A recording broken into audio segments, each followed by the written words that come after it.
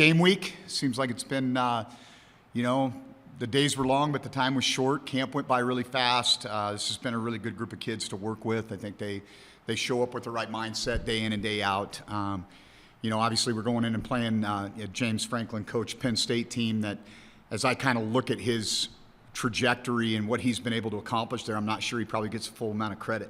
This is a team that's gone from very good to elite. And when you look at them in all three phases, they're a team that's built for a national championship run. And, obviously it's going to start with a quarterback. They've got a tremendous player in Drew Alara as a quarterback. He is a big dude with a big-time arm. He's an impressive guy. He can make all the throws. He's obviously played a ton of football for him. You can see his leadership. They've got a, return 3 starters on an O-line. It's a very athletic, very talented group.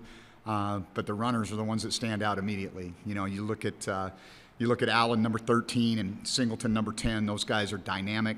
They're the 5'11", 225-pound guys that just they are tough tackles. Both of them play with tremendous amount of balance and vision. They're both good out of the backfield. They're willing blockers. They're complete players. The tight end situation, I like the Dinkins kid a lot. I think 16, he kind of was overshadowed by 44 last year, but he's a really good football player. He plays with a great base. He's physical at the point of attack. I'm sure that he'll be kind of highlighted more within their offense. I know the offensive coordinator there was a tight end coach at Kansas, and he's always highlighted tight ends within his offense. And so that's something that, we're very aware of there. Wide receiver is going to be interesting. Obviously, they kind of a revamped room. They dug into the portal to add some talent and depth at that position, but they're going to have some guys that can go. We know that. On the defensive side of the ball, Coach Knowles comes over from Ohio State and kind of implements his style and his system. But the thing that stands out to me from a defensive perspective is these guys have elite impact players on all 3 levels of defense. And I think if you're going to be a big-time defense, that's what you got to have. And so, I think it starts, everybody's going to talk about Sutton at 33, the edge, and he is a tremendous player, an impact player as a pass rusher. But I think their interior guy, 28, Durant, man, he is twitchy. He is a problem inside. Very, very disruptive from an interior defensive line perspective.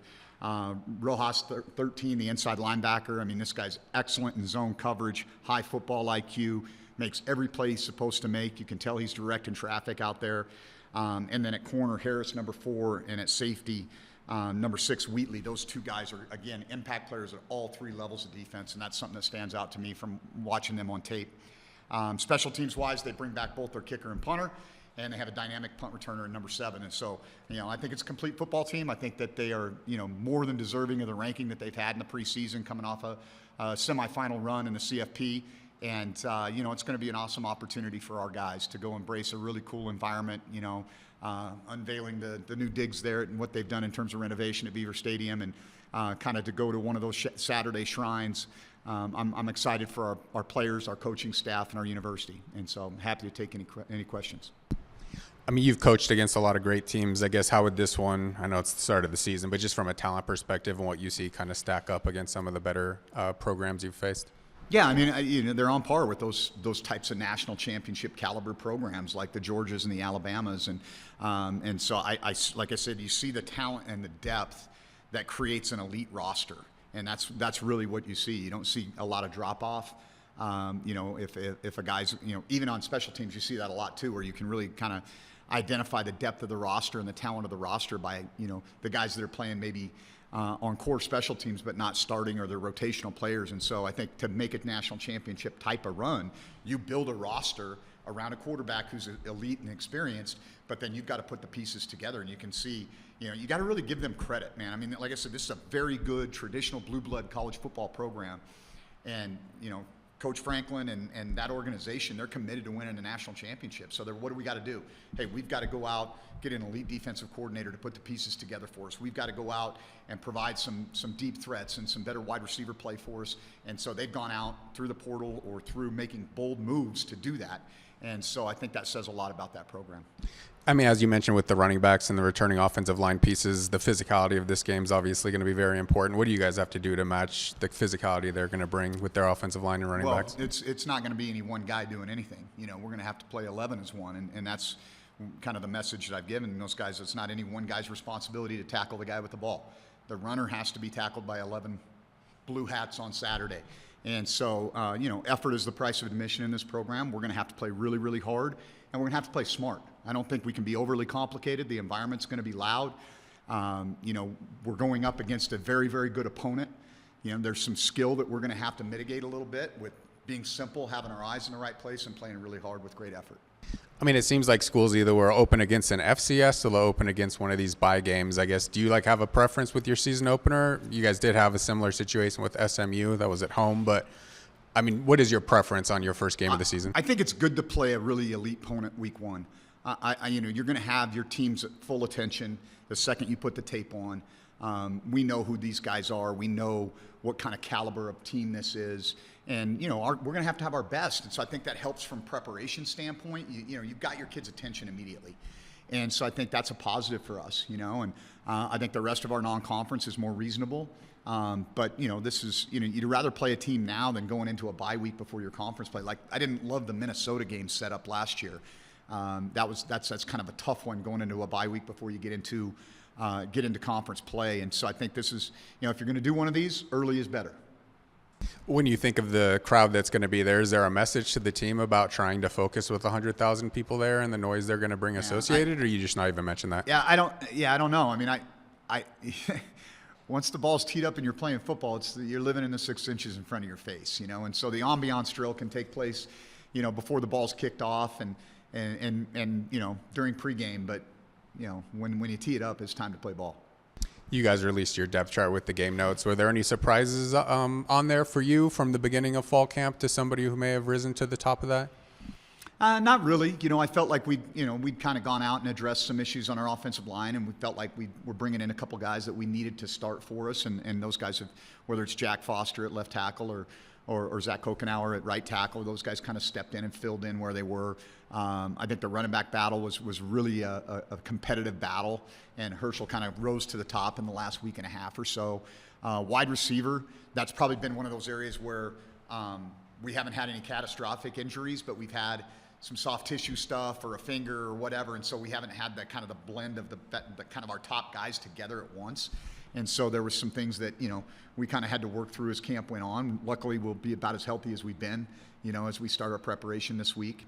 But I think that it was, I feel like when you go through, as much as you get to do with these guys in the summer, barring injury, you kind of know what the pecking order is. Sometimes you're going to have maybe an extended battle at quarterback, but, defensive line's a rotational position. A lot of guys are going to play. We had some really good battles at linebacker. That was a spot that I felt like that was you're still going to see 5 guys play at that position. And so, as I told our coaches and even our players, hey, everybody wants to be on line 1. I get that. Well, let's go play a game, and then we'll reshuffle the deck and see who's on line 1 after we play Penn State. That probably means more than, even the body of work that we've done in camp. A couple of true freshmen on that list as well. I guess if you could rattle off maybe some of the true freshmen who you expect to play above the 4 games or at least get a chance to play as true freshmen. I think Zedekiah will, he's going to play a decent amount. I think Matt Kumpf is another true freshman slot that'll play a decent amount as we go through the season and have a role on special teams, if nothing else. There's a redshirt freshman in Tyler Miller, local kid that's kind of emerged as a guy that we feel like we can count on in our rotation on the offensive line. Aiden Walker is a guy that stands out to me, whether it's a third corner or star nickel. I think he's a guy that's going to play a decent amount. I think that at running back, as Dom Kelly gets back, the kid from De La Salle, he'll probably play, but Carter Jackson will have a significant role for us. I think he'll play beyond the 4 games. And then, outside of that, it's kind of see what happens, right? There's some redshirt freshmen like Dejon Calamon, who's had a good camp and who has emerged as a guy that'll definitely be playing significant downs for us at wide receiver. When you look at this game against Penn State, obviously you want to win it, but I guess what are you going to be looking for coming out of the game to know that you guys took a step forward or you saw what you wanted to see out of your compete opening? And improve from the first quarter to the fourth quarter. We want to go out and we want to be as competitive as we can, and our last rep in that game has to be better than the first rep we took, and that's kind of what it's about. And a lot of crazy things can happen in the game of football. It's a long game. There's momentum swings. It's hard for 18 to 22-year-olds to maintain focus for a long period of time, and usually you're going to have some lulls, and we've got to be as focused as we can possibly be for 4 quarters to give ourselves the opportunity to go put a good product out there. How are you looking down? Oh, it's on. How are you looking to slow down Drew Olari? He's one of the top quarterbacks in the nation. Yeah, I mean, he's going to make his plays. That's the thing about this is that, I think it's about what we don't want to do is we don't want to give them any freebies. Make them earn it. If it's a contested throw and catch, good for them.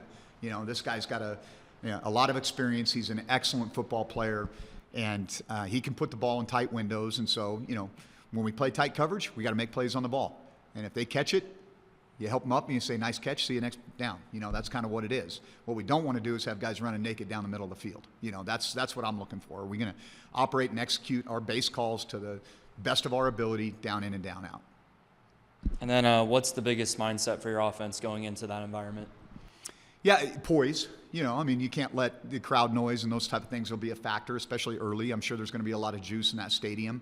And so, hey, you got to get into the game, and operate without pre-snap penalties. That's a huge deal for us. We don't want to be 1st and 15. Unforced errors are the things that kill you in games like this, where you get behind the sticks and then they can control and dictate the pace of the game a little bit. And those big DNs can start teeing off, and we don't want that. We want to be able to stay in manageable situations and manage the clock in an appropriate way and move the chains. And what are you most excited about for week 1? I'm just excited to see these kids play, man. We've got good chemistry in this locker room, but you got to go play together as a team, and that's one of the really interesting things about this group is we've got some guys. There's some 6th-year guys on this deal, but none of them have played together. They played a lot of football, but they played a lot of football other places. I want to see how they play together. That's something that's really important to me. Or how are they going to lift one another up? How are they going to support one another? How are they going to compete together? The fact of the matter is football's not a game of perfect. There's going to be moments for Penn State that are going to be screwed up. There's going to be moments for Nevada that are going to be screwed. How do we respond in those moments? How do we compete together?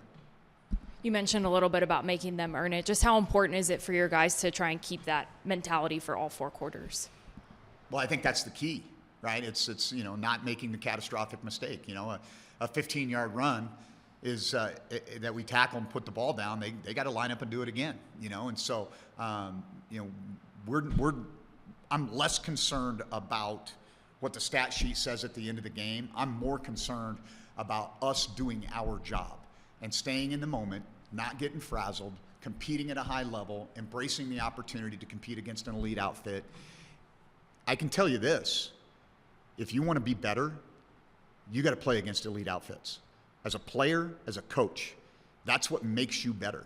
And if you are, if you're playing, a JV outfit, you don't really improve. You're not tested the way you need to be tested and stretched. And so our coaching staff will be better from this experience, and our players will be better from this experience.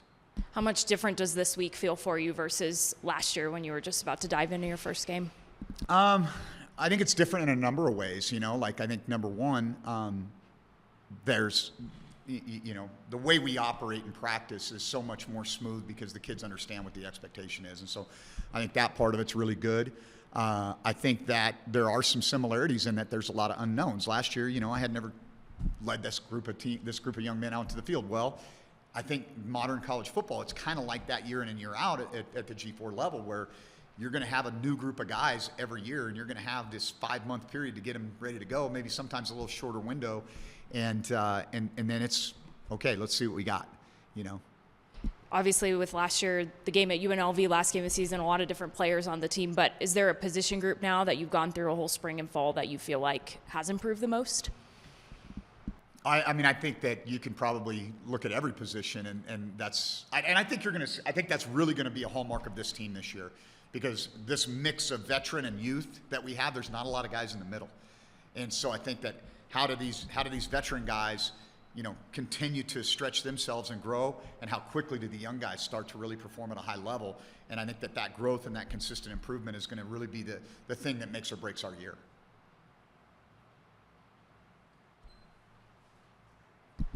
How would you just assess Chuba during the fall and where he's entering the season? Yeah, today was probably, it was a quick practice. It was fast, but I could tell that he had a little bit different level of focus. His accuracy was really good.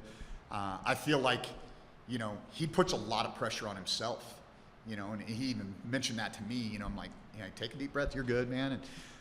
he's like, Coach, I just don't want to, I don't want to let any of these guys down. I said, don't worry about it. Just, you do you. Go cut it loose. That'll be good enough. This guy was a highly recruited player out of high school and has, seen a lot of cool things in his college career, has had some injury issues, and that I wasn't always gone his way. But all of those experiences are leading him to this opportunity, and I know he's going to maximize it. And so I think the team rallies around him. They believe in him, and he's done a good job of owning that. So I'm pleased with where he's at. I mean, the pass rush last year wasn't where you guys needed it to be. I guess what needs to happen to be able to consistently get more pressure on the quarterback and, not let them be as comfortable? I think that's been one of the emphasis. Obviously through recruiting, we tried to improve that. But I think Jonathan Maldonado has matured and grown.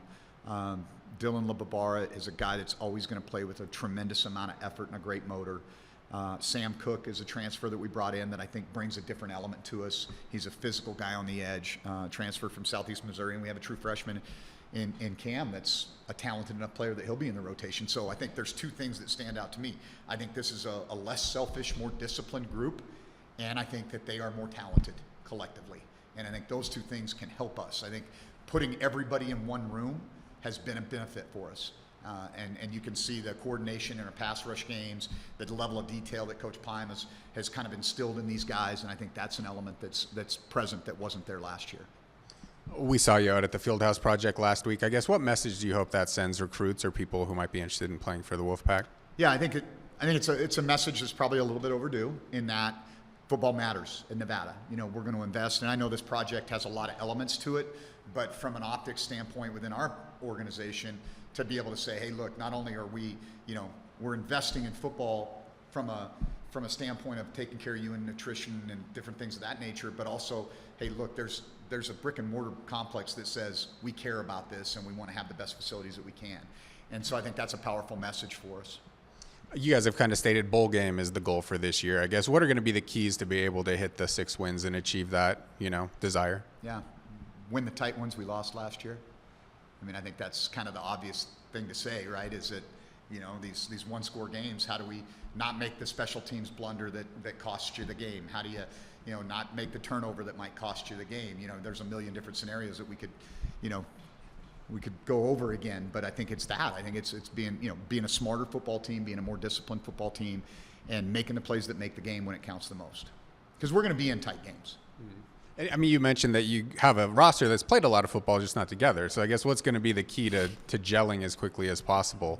Yeah, and getting those guys I think that a lot of that is going to come down to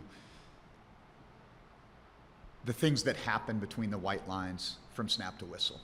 That when we watch the film, is this guy being accountable to his responsibility? Is he playing with effort? Does this matter to him the way it matters to me? And I think that's where the rubber meets the road in modern college football. Is it's all well and good until we go to battle together, and then what you put on tape is your resume. And if that resume looks like I care about my teammates, I'm preparing myself to do my best every day, then I think everything will work out. And I think if it doesn't match that, then that's where I've got to step in as a leader and say, okay, hey, this isn't good enough. And so I think that's where it's going to come down to is, guys really taking ownership over it, preparing the right way week in and week out, and going out and battling together. This is a great game. You don't get to play tackle football your whole life, and so you gotta cherish the opportunities that you have to do it.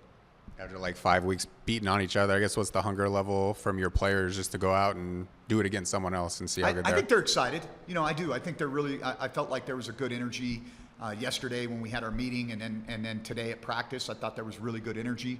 And I think there's guys that are excited to go play against an elite program like Penn State in an environment like that. And that's I was telling somebody, I said if I told my 16-year-old self that someday I'd be in the same stadium that Joe Paterno coached in, I'd be pretty fired up about that. And so I know I'm excited about the opportunity, and I think they are as well. I know logistically when you guys have done 3 time zones, you usually go out on a Thursday. Is that the case this year, or are you going out Friday? We're just going to go get it. Yeah, I think that's where, as we look at our scheduling philosophy moving forward, I would hope that we stay away from some of these East Coast time zone games. And that's the move that we're making as we move forward. We have the Ohio State game that's out there. But then past that, we're looking more regional, kind of the old Pac-12 footprint, right?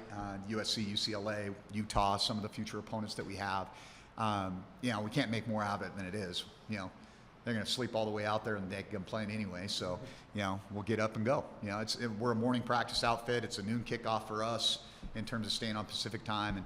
And, it is what it is. Let's go. And it's on big CBS as well. I guess, what message do you want people who are tuning in who've never seen Nevada football before to take away from watching the Wolfpack play? It's all about how hard we play it, man. Let's go put our brand out there and do the best that we can. And I think there's opportunities for moments that can define the rest of the season too. And what I mean by that is what I talked about initially, which is the compete and improve. We want to walk out of there, number one, healthy. Number two, we want to put a great product on the field. And the thing about college football is you never know. You never know. If we can stay focused and we don't make the mistakes that are going to be critical in that game and create a little bit of momentum, that's the objective is be within striking distance in the fourth quarter and let's play it out. I mean, you kind of mentioned you were dinged up a couple of players throughout fall, but did anything major happen to two deep guys? Did you get we through don't have it? anything that's catastrophic. By the time we get to probably our last preseason game against Western Kentucky, knock on wood. I mean, it's a long way till that, but anybody that's been nicked up or out temporarily should be back and ready to go.